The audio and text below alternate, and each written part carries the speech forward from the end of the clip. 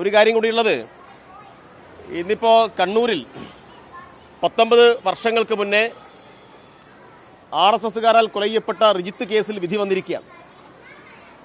അന്ന് 10 പേരെയാണ് പോലീസ് പ്രതിയേർത്തിരുന്നത്. രാഷ്ട്രീയമായ വിരോധം കൊണ്ടാണ് സഖാവ് റിജിത്തിനെ RSSന്റെ കൊലയാളി സംഘം അന്ന് വെട്ടിക്കൊന്നത്. അപ്പോൾ പ്രോസിക്യൂഷൻ്റെ വാദങ്ങൾ ശരിയാണ് എന്ന് തെളിയിക്കുന്ന വിധിയാണ് വന്നിട്ടുള്ളത്. പ്രതിയേർക്കപ്പെട്ട മുഴുവൻ ആളും ശിക്ഷിക്കപ്പെടുന്നു. ഒരാൾ ഇപ്പോൾ ജീവിച്ചിരിപ്പില്ല, മരണപ്പെട്ടുപോയി. അതുകൊണ്ടാണ് 10ൽ 9 പേര് ശിക്ഷിക്കപ്പെട്ടത്. ഒരു കാര്യം മനസ്സിലാക്കേണ്ടത്, ഈ കണ്ണൂർ ജില്ലയിലും പ്രധാനപ്പെട്ട ആ ഭാഗങ്ങളിലെല്ലാം RSS പരസ്യമായി ക്ഷേത്രത്തിൻ്റെ അങ്കണത്തിൽ ശാഖ നടത്തുന്ന പതിവ്. അപ്പോൾ വിശ്വാസി സമൂഹമാണ് അന്ന് രംഗത്ത് വന്നത്.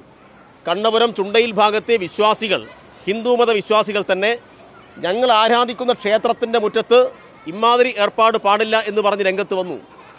അങ്ങനെ വന്ന വിശ്വാസികളുടെ കൂടെ നിന്നു എന്ന കുറ്റമാണ് സഖാവ് റിജിത്തിന് മേൽ ചുമത്തിയത്. റിജിത്ത് ഏതെങ്കിലും തരത്തിലുള്ള കേസിൽ പ്രതിയായ ഒരാളല്ല. ഒരു പെറ്റി കേസ് പോലും റിജിത്തിന് മേലുണ്ടായിരുന്നില്ല.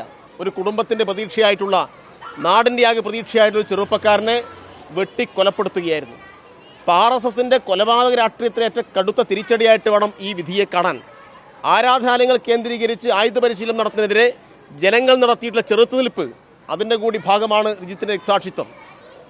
അപ്പോൾ റിജിത്തിൻ്റെ രക്തസാക്ഷിത്വത്തിൻ്റെ ഭാഗമായി DYFI എല്ലാം മുന്നോട്ട് വെച്ച ഇതുമായി ബന്ധപ്പെട്ട കാര്യങ്ങൾ അത് കൂടുതൽ പ്രസക്തമാവുന്നു എന്ന് വേണം കാണാൻ. അതുകൊണ്ട് ആരാധനാലയങ്ങൾ കേന്ദ്രീകരിച്ച് RSS നടത്തുന്ന ആയുധ പരിശീലനം ഉൾപ്പെടെ കൂടുതൽ തുറന്നു കാട്ടേണ്ടതുണ്ട്. മറ്റൊരു കാര്യം പറയാനുള്ളത്, ഇത്തരം കേസുകളുടെ വിധി വരുമ്പോൾ ചില മാധ്യമങ്ങൾ ആ വിധിയുടെ വാർത്ത കണ്ടില്ല എന്ന് നടിക്കുകയാണ്. ഇപ്പം നാദാപുരത്ത് ഷിബിൻ കൊലയ്യപ്പെട്ടു. ഷിബിൻ കേസിൽ ഏതാണ്ട് 7 ലീഗിൻ്റെ പ്രവർത്തകർ, അവിടെയുള്ള പ്രാദേശിക നേതൃത്വം ജയിലിലായി. മാധ്യമങ്ങൾക്കൊരു ഞെട്ടലും ഉണ്ടായിട്ടില്ല. ഈ റിജിത്ത് കേസിലും ഇപ്പോൾ ചെറിയ 1-2 വാർത്തകളൊക്കെ വന്നു എന്നല്ലാതെ ഇന്നിപ്പം പ്രൈം ടൈമിൽ എത്ര ആളുകൾ ഇതെല്ലാം ചർച്ചയ്ക്കെടുക്കുമെന്ന് പറയാൻ കഴിയില്ല. അപ്പോൾ ഒരു പൊതുബോധം ഉണ്ടാക്കുന്നത്, ഇവിടെ ഇത്തരം കാര്യങ്ങൾക്കെല്ലാം നേതൃത്വം കൊടുക്കുന്നത് CPM ആണ്, കമ്മ്യൂണിസ്റ്റുകാരാണ് എന്നാണ്. ഇപ്പോൾ കമ്മ്യൂണിസ്റ്റുകാർ കൊലയ്യപ്പെട്ടാലും അത് കേസിൽ ശിക്ഷിക്കപ്പെട്ടാലൊന്നും വാർത്തയാവാതെ കമ്മ്യൂണിസ്റ്റുകാർ എതിർച്ചേരിയിൽ വരുന്ന വാർത്തകളെ പർവ്വതീകരിക്കുന്നു എന്നും കാണാൻ വേണ്ടി കഴിയും.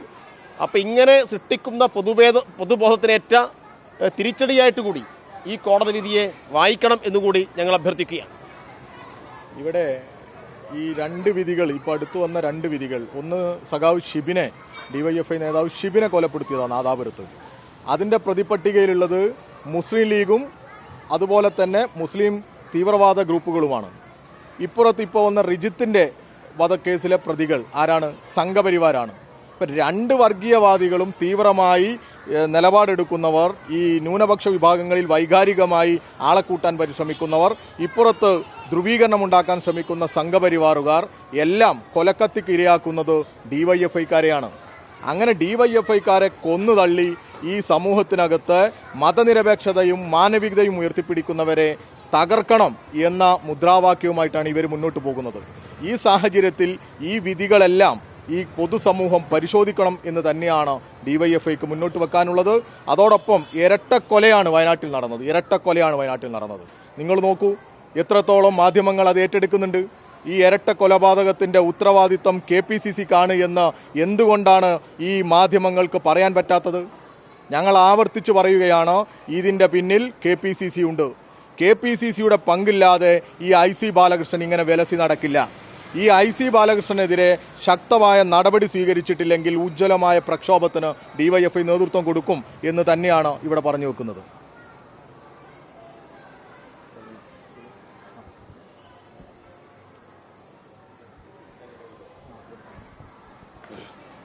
ഈ സംസ്ഥാന സ്കൂൾ കായികമേളയിൽ ഉണ്ടായിട്ടുള്ള സംഘർഷത്തിൻ്റെ ഭാഗമായിട്ട് 2 സ്കൂളുകളെ വിലക്കിയിട്ടുണ്ട്.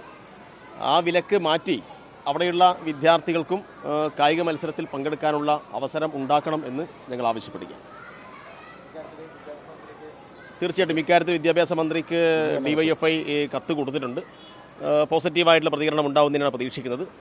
സ്വാഭാവികമായിട്ടും ഒരു കായികമേളയുടെ നടത്തിപ്പുമായി ബന്ധപ്പെട്ട് ആ സമയത്ത് എടുത്ത തീരുമാനമായിരിക്കാം. പക്ഷെ അത് പുനഃപരിശോധിച്ച് വിദ്യാർത്ഥികളുടെ ഭാവിയെ പരിഗണിച്ചുകൊണ്ട് വിദ്യാർത്ഥികൾക്ക് അനുകൂലമായ തീരുമാനം എടുക്കണമെന്ന് DYFI ആവശ്യപ്പെടുന്നു.